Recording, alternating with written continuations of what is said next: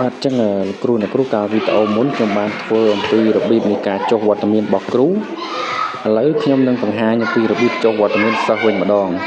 ការចុះវត្តមានសិស្សក៏បានពីររបៀបដូចនឹងវត្តមានគ្រូដែរឥឡូវយើងបើកថ្នាលបឋមបាទគ្រូបើកមកហើយគ្រូចុចលើពាក្យថាអនុវិស័យការអប់រំបឋមសិក្សាចឹងរបៀបទី1គឺលោកគ្រូអាចចូលតាមប្រព័ន្ធថ្នាល PHP ដោយចុចលើពាក្យថាសិស្សទី2តាមប្រព័ន្ធគ្រប់គ្រងសាលារៀនឬក៏ប្រព័ន្ធអ្នកប្រើប្រាស់ហ្នឹងគឺចុចតាមលើពាក្យថាគ្រូបង្រៀនឥឡូវខ្ញុំបង្ហាញកន្លែងសិស្សសិនចុចលើសិស្សហើយចុចលើថ្នាលបឋមថ្មីបាទបំពេញឈ្មោះអ្នកប្រើប្រាស់លេខកូដសម្ងាត់ដូចគ្នាឬក៏អាចចូលតាម QR បានដូចគ្នាឥឡូវខ្ញុំចូលតាមលេខ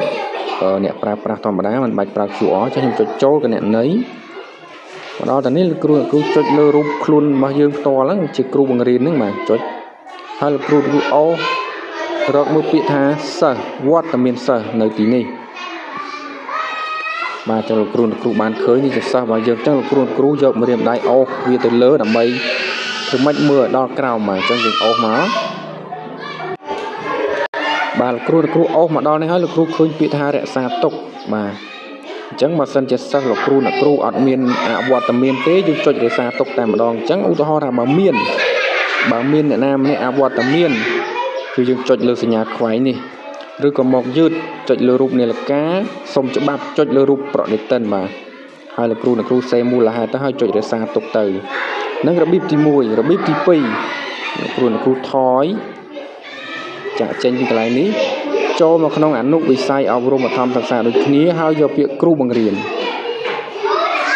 ហើយចុចលើពាក្យថាថ្នាលគ្រប់គ្រងសាលារៀនបាទចឹងលោកគ្រូឃើញនេះយើងចូលមកដល់ប្រព័ន្ធអ្នកប្រើប្រាស់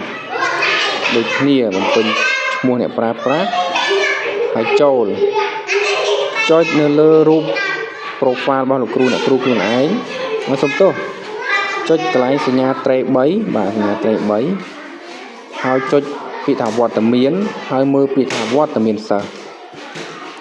ចឹងនៅទីនេះដូចគ្នាបើសិស្សលោកគ្រូអត់មានអ្នកណាសុំច្បាប់ទេលោកគ្រូអាចចុចយកពាក្យថាវត្តមានទាំងអស់នេះចុចវត្តមានទាំងអស់ហើយចុចពាក្យរក្សាទុកទៅគឺជាប់ទាំងអស់ហ្នឹងហើយអញ្ចឹងសិស្សរបស់ខ្ញុំថ្ងៃនេះគាត់អវត្តមានតែម្នាក់ទេអញ្ចឹងខ្ញុំចុចយកវត្តមានទាំងអស់សិនចុចរបៀបនេះបាទហើយខ្ញុំចូលទៅមើលកូនសិស្សមួយណាដែលគាត់បានអវត្តមានខ្ញុំដកវាចេញវិញទៅបានហើយឥឡូវខ្ញុំចូលទៅរកមើលកូនសិស្សខ្ញុំម្នាក់ដែលគាត់អវត្តមានក្នុងថ្ងៃនេះណាបាទចាស់ជាស្រ័យមានសម្លេងរំខានកូនសិស្សដោយសារខ្ញុំធ្វើនៅក្នុងម៉ោងចេញលេងបាទអញ្ចឹងដើម្បីព្រោះយើងផុតម៉ោងរៀនយើងក៏អាចចុះវត្តមានគាត់បានដែរបាទអញ្ចឹងសិស្សខ្ញុំម្នាក់នេះបាទគាត់អវត្តមានថ្ងៃហ្នឹងអញ្ចឹងមិញគឺខ្ញុំចុចselectទាំងអស់វាចេញវត្តមានណាអញ្ចឹងខ្ញុំដូរមកពាក្យដាក់វត្តមានវិញមកបាទហើយនេះរបៀបនេះមកបាទនេះអញ្ចឹងសែនឈ្មោះគាត់អញ្ចឹងប្រព័ន្ធដាក់ថាគាត់អវត្តមានរួចមកលោកគ្រូចុចពាក្យថាបញ្ជូនការចុះវត្តមានរួចរាល់39នាក់បាទឥឡូវរួចរាល់ហើយលោកគ្រូបិទផ្ទាំងនឹងមកហើយលោកគ្រូចុចមកត្រង់សញ្ញាត្រេ3ហើយចុចមើលផ្ទាំងគ្រប់គ្រងលោកគ្រូទៅអីចឹងលោកគ្រូឃើញថានៅទីនេះ